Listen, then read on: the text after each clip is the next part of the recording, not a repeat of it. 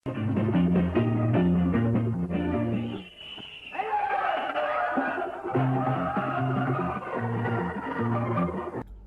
عليكم أعزائي المشاهدين، وحلقة جديدة من يا ابن اللعيبة. والنهاردة مباراة افتتاح الدوري الأفريقي للنادي الأهلي وسيمبا، وتعادل مخيب للآمال.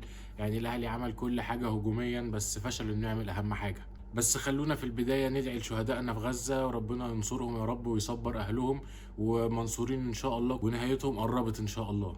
في البداية شفنا الافتتاح بتاع الدوري الأفريقي والاحتفال اللي كانوا عاملينه، وكلمة موتسيبي وكلمة انفانتينو اللي حسيتهم، يعني حسستني في فيلم كده هانجر جيمز. لو حد اتفرج على الفيلم ده وهم بيقولوا للناس قواعد اللعبة هتبقى عاملة ازاي. فالصراحة يعني المنظر ما كانش لطيف قوي، والمباراة اتأخرت كمان. بس تعالى نخش نشوف على أهم اللقطات اللي خدت بالي منها في المباراة. البداية كانت طبعا بتشكيل اضطراري من مارسيل كولر، ان هو شايف ان لعيبة المنتخب كانت جاية تعبانة ومش قادر يعتمد عليهم اساسيا في الماتش. فشوفنا محمد عبد المنعم قاعد احتياطي، شفنا مروان عطية قاعد احتياطي، علي معلول اصلا ما جاش مع الفرقة، وشفنا كمان امام عاشور لسه راجع من اصابة فما ابتداش بيه، ويعني وحسين الشحات كان مريحه علشان ظروف السفر والكلام ده يعني الى حد ما اثرش على النادي الاهلي. النهارده شفنا النهارده الاهلي بيلاعب فريق مهلهل الصراحه، ما فيش اي تنظيم، مفيش بس غير ان هم فاقوا شويه في الشوط الثاني، بس غير كده فريق مهلهل جدا وضعيف جدا. والاهلي كان النهارده ممكن يطلع 5-6 مستريح، بس احنا اللي ضيعنا فرص كتير قوي في الشوط الاول، وما كانش ينفع الصراحه الاداء الهجومي ده. ينفع يعني تعمل كل حاجه في الهجوم بس تنسى تعمل اهم حاجه وهي تسجيل الاهداف. فالنهارده مباراه الصراحه انا شايفها ما كانتش حلوه من النادي الاهلي. عمل كل حاجه في الكوره في الشوط الاول بس ما عرفش يسجل اهداف. يعني في اول 18 دقيقه انت مضيع 3 اجوان، كنت نهيت المباراه بدري بدري وقتلت احلامهم كلها، بس ما حصلش نصيب. بس يعني جه هدف رضا سليم وقلت اهو كويس، يمكن الشوط الثاني يعدلوا. نزلوا الشوط الثاني اداء كارثي بمعنى الكلمه، مفيش اي روح، مفيش اي حاجه، مفيش اي تنظيم في الدفاع. وده اللي قلناه في الفيديوهات اللي فاتت، ان تنظيم الدفاع في الاهلي ما بقاش كويس جدا، بقى سهل جدا اي فرقه تعرف تهددك. فيعني مش عارف ازاي القصه دي مارسيل كولر سكت عليها. والنهارده اداء دفاعي كارثي من ياسر ابراهيم، وتمركزات غريبه جدا بيعملها، متسرع جدا، بيبيع نفسه وبيطلع لقدام قوي، عايز يخطف الكره وخلاص. مش عارف يا ياسر ابراهيم، انت زهقت تبقى من المدافع عايز تلعب في خط النص؟ مش عارف ليه الاندفاع اللي قدام ده. اهدى يا ابني، انت بتبقى يعني سيرد باك، انت ما وراكش حد يغطي كتير، فمش هينفع الاندفاع اللي انت فيه ده. ولازم تركز ان الماتشات الجايه هنلاعب يعني مستويات اعلى من كده بكتير، فمش هينفع الاستهتار ده في وسط الهجمات اللي احنا كنا عاملينها في الشوط الاول، وكل الضغط اللي كنا عاملينه، والاستحواذ كان معاهم. على فكره هم اللي كان معاهم الاستحواذ الكوره اكتر، بس انت كنت اخطر هجوميا. ويجي لنا بقى لقطه ضربه الجزاء، ان الحكم فاجر الصراحه، يعني متحامل جدا على النادي الاهلي، وليه لقطات كتيره كانت معانا في ماتش الهلال السوداني. فهو الظاهر ان الحكم ده بيخاف من اصحاب الارض. فيعني ازاي دي مش بينالتي؟ يعني ده مش محتاجه 30 ثانيه قدام شاشه الفار ان انت تعرف ان هو خابط رجل كهربا الثابته ووقعه. فيعني سهله جدا ان انت تحسبها بينالتي، بس يعني حتى والفار لما جابك ما حسبتهاش. فالصراحه اداء النهارده يعني متواضع جدا من الحكم. مش عارف الحكم ده ازاي مترشح يلعب في كاس العالم. فيعني علامه استفهام كبيره في وجود كولينا كمان واقف، يعني هتلاقيه بيقول يعني بيتندم على مستوى التحكيم اللي شافه النهارده. ويبتدي بقى الشوط الثاني يعني باستهتار من لعيبه الاهلي، افتكروا ان هم خلاص كسبوا 1-0 وهينزلوا يحطوا الثاني والثالث. لقوا سيمبا طبعا بيدافع بقى عن اي حاجه قدام جماهيره على ارضه، والفرقه دي ما اتغلبتش من فرقه مصريه قبل كده على ارضها. فنزلوا باندفاع شديد جدا، في ظرف 7 دقائق عرفوا يسجلوا هدفين بالسهوله جدا بتمركزات كارثيه من الدفاع. والصراحه الجون الثاني يا شناوي ما ينفعش تبقى في الضيقه، وفي لعيب كمان على الضيقه، لا انت ولا هو تعرفوا تطلعوا الكوره دي. فيعني اداء النهارده دفاعيا للاهلي مش حلو خالص، وافتقدنا محمد عبد المنعم كتير جدا. بس يعني هجوميا عملت كل حاجه، بس نسيت تسجل الاهداف اللي انت رحت النهارده بخمس ست فرص محققه وكنت تقدر تسجلهم، بس ما سجلتش غير بس هدفين، ومنهم الجون التاني ده جاي كده في اللخبطه، يعني مش ما يتحسبش جاي من جمله او جاي من حركه من كره متحركه. فيعني الصراحه النهارده اداء ما كانش عاجبني خالص من النادي الاهلي النهارده، وكانوا المفروض يبقوا احسن من كده قدام فريق يعني دون المستوى خالص. وما ينفعش يبقى هو ده اللي يشكل عليك الخطوره، ان هو يعرف يجيب فيك جونين في 7 دقايق. فيعني مش عارف الصراحه، يعني هل محمد عبد المنعم يعني غيابه هيأثر قوي كده على الدفاع النادي الاهلي؟ والنهارده يعني اللقطه المضيئه الوحيده اللي شفتها في المباراه هو كريم الدبيس، لعيب هادي وثابت وعرف يأدي دوره على اكمل وجه لحد ما خرج. والنهارده يعني شفناه لما خرج يعني في الدقيقه 80 شكله كان خلص بدنيا خلاص ومش قادر يجري اكتر من كده، لان هما الشوط الثاني كان اندفاع شديد جدا من سيمبا، كانوا بيحافظوا على اي حاجه يقدروا يعملوها قدام جماهيرهم. والنهارده شفنا بيرسي تاو النهارده واداء مخيب من بيرسي تاو النهارده، ما شفناهوش بتحركاته ببساطه بترقصاته، النهارده ما كانش مؤثر خالص هجوميا. رضا سليم النهارده كان عالمي لغايه لما طلع، وانا استغربت ان هو لما نزل حسين الشحات سحب رضا سليم اللي هو كان اخطر اللعيبه هو وكهربا النهارده، وينزل النهارده حسين الشحات مكانه. وكنت المفروض تسحب يعني تاو النهارده اللي ما كانش موفق بالمره، وتنزل مكانه حسين الشحات. عايز بقى تلعب حسين على اليمين، عايز تجيب رضا سليم على اليمين اللي انت عاوزه. بس يعني انا شايف ان هو كان حسين الشحات ورضا سليم لو كانوا موجودين مع كهربا كنا هنشكل خطوره اكتر من كده. بس يعني هنشوف بقى هل هو كان تغيير عشان برده كان خلص بدنيا، ولا مش عايز يدوس عليه عشان المباراه اللي جايه اهم. بس مش عارف الصراحه، حسيت ان النهارده الاهلي ما كانش موفق خالص. يعني كان المفروض نكسب النهارده بسهوله جدا، ويخش فيك جونين في 7 دقايق، دي حاجه مش كويسه خالص، ومن فريق كمان ضعيف جدا ما شفناهوش خالص في الشوط الاول. كان نازل مخضوض منك اصلا، وقاعد بيلعب 4-5-1 وقاعد بيلعب على المرتدات. ماسك الكوره بس قاعد بينقلها لورا بس، مفيش اي خطوره. الشوط الثاني نزل لبك على طول كده جونين. فيعني الصراحه النهارده شوط تاني كارثي من النادي الاهلي، ويا ريت نشوف الماتشات الجايه بقى اداء احسن من كده دفاعيا، لان يعني طول ما انت بالاداء الدفاعي ده انت مش هتقدر تكمل في البطولات لاخر المشوار. هتطلع قدام فريق تقيل هيعرف يستغل اخطائك الدفاعيه دي. فالصراحه النهارده يعني تشائمت شويه من الدفاع، وياسر ابراهيم عليه علامه استفهام جدا من اول الموسم. يعني دايما هتلاقي دايما المدافع اللي جنبيه دايما هو اللي بيغطي في ظهره، الدفاع على طول لقدام وعايز يكبس على اللعيبه اول باول. ماشي حلو ان انت تكبس وكل الكلام ده، بس ما تنساش بيتك، ما تنساش يعني ما تبيعش نفسك زي ما بنسمع كتير ناس بتقول، ما تبيعش نفسك للي قدامك وتطلع وتسيب مكانك كده على طول. يعني ده جت لقطه انا النهارده شفته كان قدام محمد هاني وما بين محمد هاني وما بين تاو، يعني ده بيلعب على الوينج اليمين وبيضغط كمان. فالنهارده الصراحه يعني علامه استفهام على اداء ياسر ابراهيم. والنهارده افتقدنا طبعا يعني اهم عنصرين بيحركوا الفرقه، هو علي معلول وامام عاشور. فنتمنى بقى ان هم يرجعوا الماتش الجاي وتخلص الماتش بدري بدري، لان انا شايف سيمبا الصراحه فريق دون المستوى ان هو يقدر يشكل خطوره على فريق اول افريقيا وحامل اللقب، ويعني حاطط على افريقيا كلها الفتره اللي فاتت. فما ينفعش ان يبقى هو ده الاداء اللي قدام سيمبا.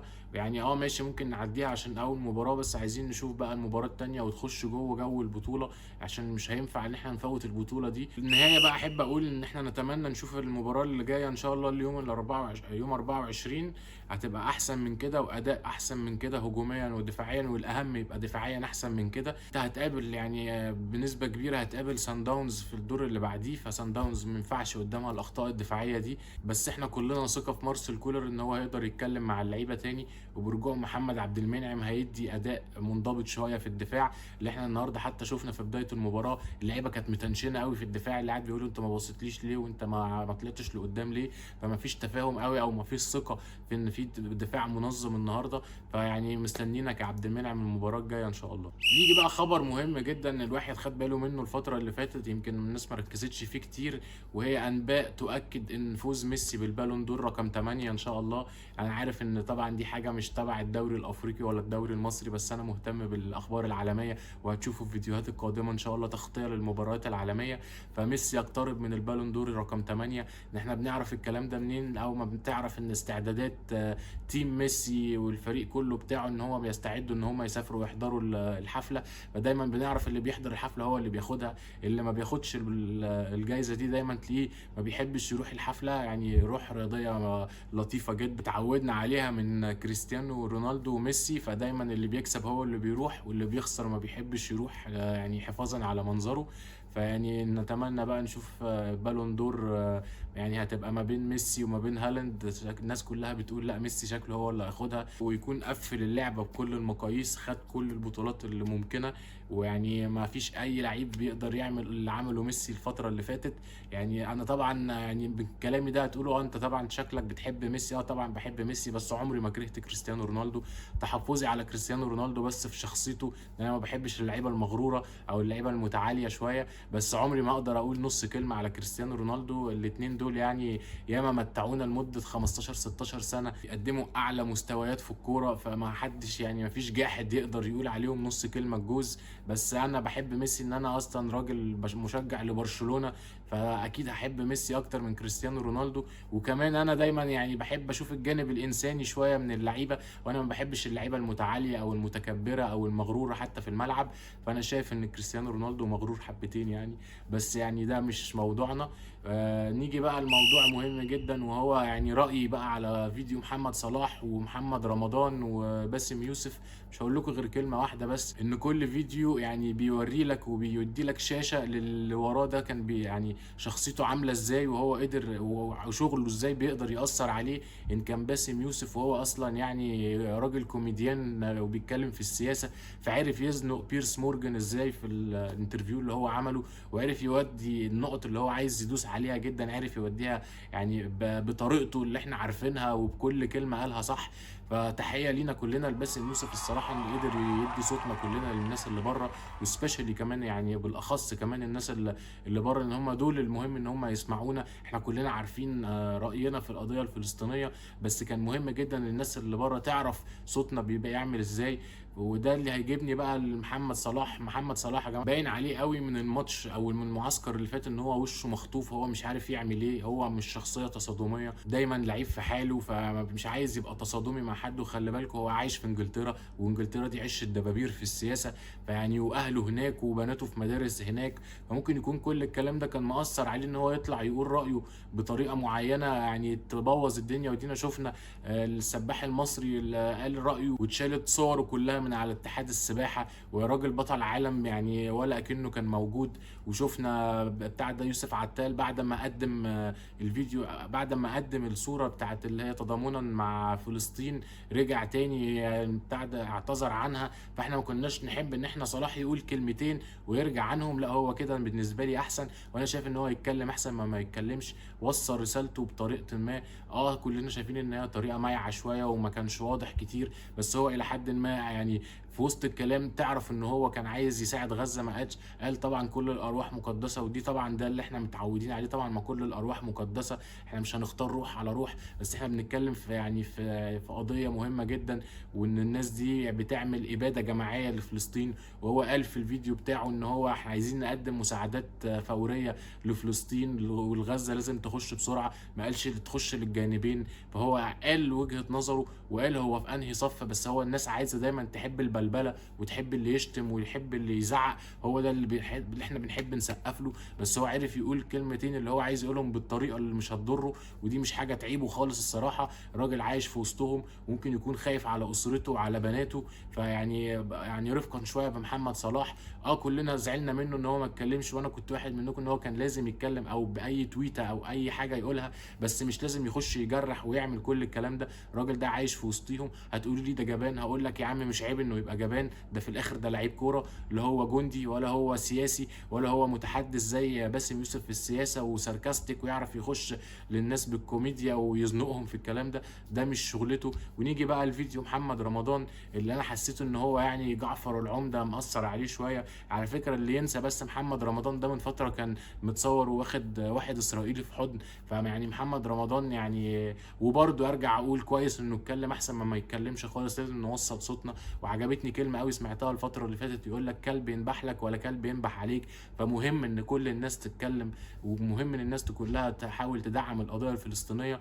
معلش انا طولت عليكم النهارده، بس الصراحه الواحد محروق من اللي بيشوفه، وان ده كمان يعني الضرر جاي اهو علينا احتمال في سينا، وشفنا دي بيشيلوا اسم سينا من على جوجل مابس. فالموضوع الصراحه يعني مستفز من كل الاجناب. بس انا بس كل اللي عايز اقوله يعني انا واخويا على ابن عمي، وانا ابن عمي على الغريب، مش عايزين نجرح في اي حد، مش عايزين نهبط في اي حد، على الاقل قدر يطلع يتكلم ان كان بطريقه تعجبك او بطريقه ما تعجبكش، بس لازم ندعم اي حد بيتكلم. وادينا يعني لينا عبره من اللي بيحصل في المانيا، واللعيبه اللي بتتشطب واللعيبه اللي بيتفسخ عقدها، كل ده هيبان قدام العالم ان الناس دي كلها كانت في صف اسرائيل ومش في صف القضيه الفلسطينيه. القضيه الفلسطينيه دي يا جماعه مش قضيه بس يعني للدين او للكلام ده، دي قضيه انسانيه بحته. ان انت تخش تعمل كل الكلام ده في عزل وتقول لهم امشوا في الطريق ده، يروح ضرب ضربه، واللي يقول لهم ما روحوا عند المعبر علشان مصر هتعديكوا، ويروح ضرب المعبر. فدول ناس صراحة يعني كانوا بيتريقوا على اللي أبادهم زمان وكل الكلام ده، بس هديهم بيكرروا نفس أفعاله.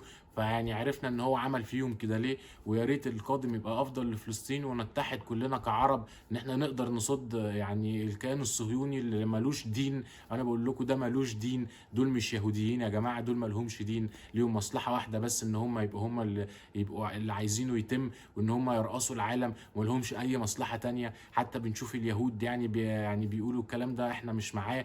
فيعني يا ريت كلنا ندعي في الاخر للقضيه الفلسطينيه انها تتحل في القريب العاجل، يكفي كده. ويعني وكفايه بهدله للناس دي. 75 سنه يا جماعه احتلال وقمع وقتل اطفال وقتل ابرياء، فكفايه قوي كده. معلش طولت عليكم النهارده. سلام عليكم.